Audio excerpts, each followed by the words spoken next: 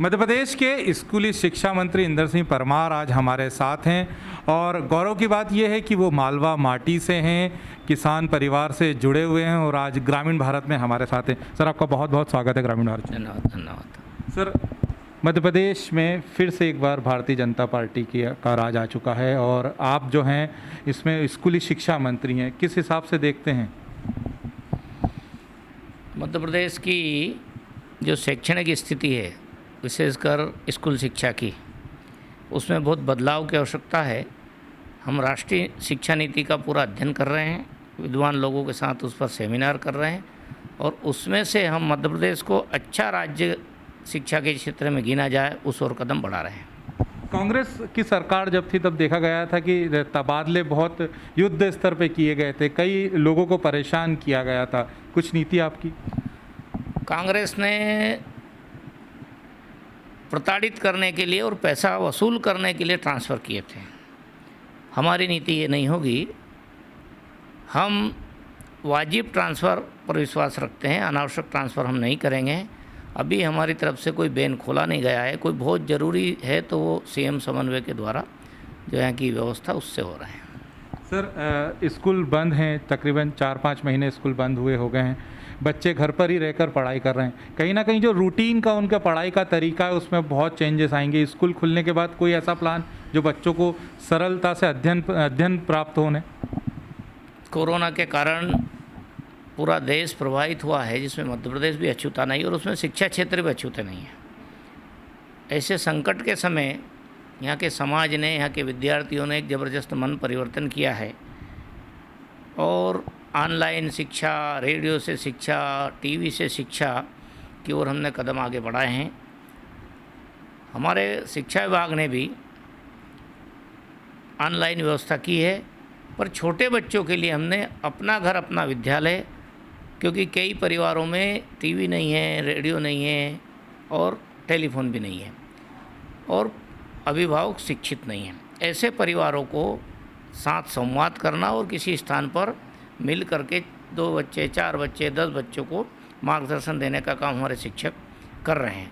परंतु जो area corona से प्रभावित है उसको हमें इससे मुक्त रखा गया है, क्योंकि कोरोना फैलने का भी बड़ा भय सब समाज में बना है। इसलिए विशेष परिस्थिति में ये सब मार्ग खोजे गए हैं। अगले साल हम 8वीं तक 30% हमने सिलेबस कम कर दिया है। 9th, 10th, 11th, 12th का भी बोर्ड तय कर रहा है, वो भी सिलेबस में कटौती कर रहे हैं, कुछ सरलीकरण कर रहे हैं। कुल मिलाकर हम विद्यार्थियों को राहत देना चाहेंगे कि अगले साल जितना वो पढ़ पाए उतने में से ही परीक्षा दें। प्राइवेट स्कूलों की जो फीस स्ट्रक्चर है उसको लेकर अभी पालकों में बहुत ज़्यादा गुस्सा देखा जा रहा है। बोल रहे हैं जब क्लास लग नहीं रही तो पैसा किस बात का? हम सब जानते हैं कि अभी तक मध्य प्रदेश में प्राइवेट स्कूलों को फीस को लेकर कोई नियंत्रण नहीं है। हमारा जो फीस एक्ट है उसका हम अध्ययन कर रहे हैं और उसके बाद उसको हम लागू करने जा रहे हैं। हम कोशिश करेंगे कि इसी साल वो फीस एक्ट लागू हो जाए ताकि अगले सत्र से सभी संस्थाएं उस फीस एक्ट से बंध जाए। लगातार शिकायतें आ रही है, प्राइवेट स्कूल फीस ज़्यादा ले रहे हैं। हमारा पालकों से, अभिभावकों से केवल यही प्रार्थना है कि वो जब एडमिशन कराए तो थोड़ा सोच समझ के कराएं। हम कोशिश ये कर देंगे कि अगले साल तक लोग सरकारी स्कूलों में ही पढ़ाने में ज़्यादा रुचि रखेंगे, ताकि जो भार पड़ता है मिडिल क्लास के लोगों तो कम से कम प्राइवेट स्कूलों में नहीं जाए। और हमने इसलिए 10,000 स्कूलों को चयनित किया है। उनको हम 1 महीने में पूरे चिन्हित करके उनमें क्या क्या आवश्यकता उनको 100% पूर्ति करने का काम करेंगे। सभी सब्जेक्ट वार टीचर्स देंगे, खेल का मैदान देंगे, उनको लैब देंगे, लाइब्रेरी देंगे, जो जो आवश्यकता है एक परिसर, एक विद्यालय के बना करके अच्छा आदर्श स्कूल बनाने की ओर हम कदम बढ़ा रहे हैं। जैसा कि केंद्र सरकार और राज्य सरकार ने स्पष्ट निर्देश दिए कि कोरोना काल में किसी भी तरीके से तनख्वाह में कटौती ना हो, लेकिन प्राइवेट स्कूल अपने टीचर्स की तनख्वाह में कटौती कर रहे हैं जो कि फीस में नहीं कर रहे हैं। यहाँ पर दोनों तरफ समस्या है। प्राइवेट शिक्षकों को यदि वेतन कम देते हैं, कटौती करते हैं, तो उनको श्रम विभाग में श्रम कानून के अनुसार उन पर स्कूलों के खिलाफ कार्रवाई होगी। लेकिन हमारे प्राइवेट शिक्षक श्रम विभाग में कोई नहीं जाता, वो जाता है शिक्षा विभाग में, और शिक्षा विभाग के पास अभी उन पर प्रतिबंध लगाने का कोई कानून नहीं है।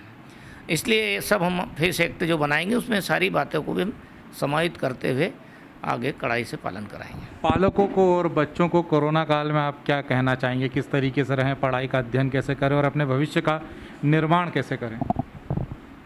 मैं तो ये कहना चाहूँगा कि शिक्षा विद्यार्थी के लिए है, इसलिए शिक्षा के सामने, शिक्षकों के सामने, सारी व्यवस्था के सामने हमारा विद्यार्थी है। और कुछ कारणों से, कुछ परिस्थितियों के कारण, कुछ और कारणों से हमारे इस बड़े हमले का ध्येय विद्यार्थी नहीं बचा। विद्यार्थी अच्छा व्यक्ति का निर्माण करे, शिक्षा अच्छे व्यक्ति का निर्माण करे, इसलिए एक अच्छा विद्यार्थी कैसे बनेगा उसको सब प्रकार से संस्कार से लेकर के शिक्षा देने के सारे काम ठीक से हो जाए, उसको कमी के कारण से लोगों को परेशानी हुई है। लेकिन मैं चाहता हूं कि आगे आने वाले समय में हमारे अभिभावक और विद्यार्थी निश्चिंत रहे, हम अमूलचूल परिवर्तन करके विद्यार्थियों का भविष्य को स्वर्णिम अक्षरों में लिखने लायक बना देंगे।